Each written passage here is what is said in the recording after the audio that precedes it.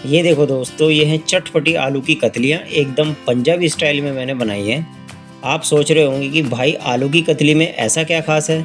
वो तो सिंपल सी होती हैं और जल्दी भी बन जाती हैं। दोस्तों ये रेसिपी इतनी ख़ास इसलिए है क्योंकि इसमें इतनी छोटी-छोटी डिटेलिंग है ना आलूओं को लेकर कि स्वाद ही एकदम अलग आता है। आप एक बार इस तरीके से बनाकर देखना, मेरी गारंटी है आप हमेशा स्वाद को याद रखोगे। तो फिर देर किस बात की, चलो फिर शुरू करते हैं। तो दोस्तों मैंने यहाँ पर सबसे पहले आधा किलो के आसपास आलू लिए हैं। ये नॉर्मल आलू हैं, आप ऐसे कोई भी आलू ले सकते हो। बिल्कुल नॉर्मल वाले सबसे बेस्ट बनते हैं क्योंकि वो थोड़े क्रिस्पी भी बनते हैं, थोड़े सॉफ्ट भी बनते हैं। आप यहाँ पर आलूओं को छीलकर अच्छे से धो लेना। अब बात करते हैं कि इसकी कतलियाँ कैसे काटनी है। तो आप चाहो तो चाकू से भी इसकी कतलियाँ काट सकते हो। बस ध्यान रखना काटते समय आपको थोड़ी थिकनेस रखनी है आलू में। ये देखो हल्की सी थिकनेस है। ये थिकनेस बहुत ज़रूरी है क्योंकि बहुत पतली होंगी तो उससे एक तो चिप्स बन जाएंगे और पकते पकते टूट जाएंगे। स्ट्रक्चरल बैलेंस बहुत ज़रूरी है दोस्तों इस रेसिपी में सही से रिजल्ट लाने के लिए। अब आजकल के ज़माने में तो लोग स्लाइसर का इस्तेमाल ज़्यादा करते हैं जिससे कि रेसिपी जल्दी बन जाती है। तो मैंने यहाँ पर सारे आलूओं को इस तरह से स्लाइस कर लिया है दोस्तों। बस याद रखना थोड़ा थिक रखना है। अब बताता हूँ पहला सीक्रेट वाला पॉइंट। देखो आलू के अंदर स्टार्च बहुत ज़्यादा होता है तो इस स्टार्च को आपने मल्टीपल टाइम्स धोना है, कम से कम 2 बार धोना होगा आपको। क्या होगा अगर आप इसको बिना धुले पका दोगे तो आपके आलू चिपक जाएंगे तो आपको बहुत दिक्कत आएगी। तो अच्छे से इसको 2 बार धोना और फिर एक जाली के ऊपर रख देना दोस्तों। अपनी जाली को आप थोड़ा सा टेढ़ा करके रखना। आप सोच रहे होंगे कि कितना ही पानी निकलेगा, अभी आप देखना दोस्तों कितना पानी निकलता है इससे।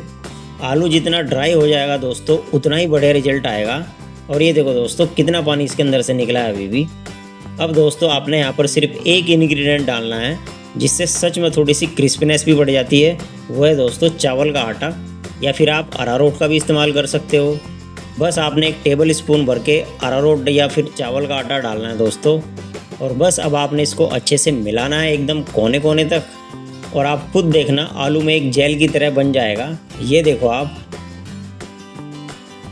अब सीधा ही चलते हैं गैस पर। यहाँ पर कोई प्याज टमाटर कुछ नहीं डालना दोस्तों हमने।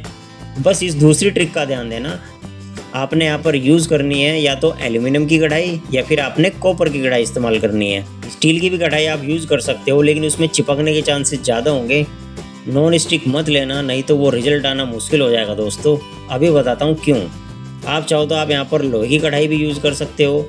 मैं यहाँ पर कर रहा हूँ एल्यूमिनियम की कढ़ाई का इस्तेमाल।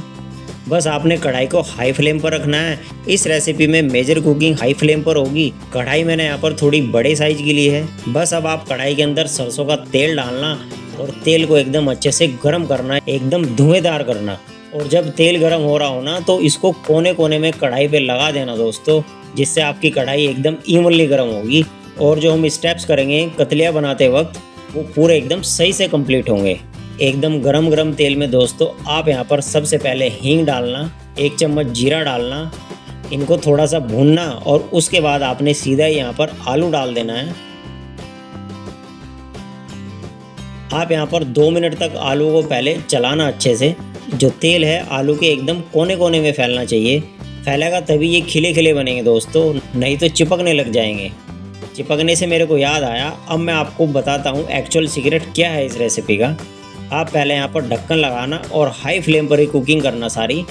ढक्कन लगाकर लो मत कर देना फ्लेम को। 2 मिनट इसको ऐसे ही छोड़ना। 2 मिनट बाद बस आपने हल्का सा स्टर करना और अब आप आलूओं को साइड्स में लगाना कढ़ाई के कोने कोने में। ये एक्चुअल में वो ट्रिक है जिससे कि वो कतली वाला टेक्सचर आता है दोस्तों, हल्के करारे हल्के सॉफ्ट। बस अब आपने हाई फ्लेम पर 2 मिनट और पकाना है।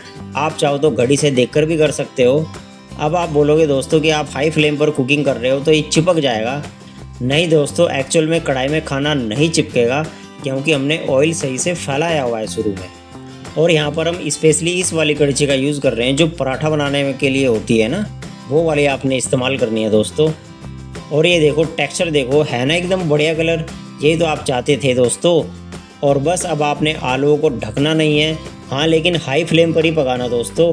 और साइड्स में ज़रूर चिपका देना इसी स्टेज पर आप यहाँ पर हल्दी और नमक डालना, इसी स्टेज पर डालना दोस्तों, क्योंकि नमक डाल के आलू हल्का सा पानी छोड़ता है। तो याद रखना जब आलू 80% तक पक जाए तो ही आपने नमक और हल्दी डालना है। और बस अब आपने इसको थोड़ा सा मिलाना है।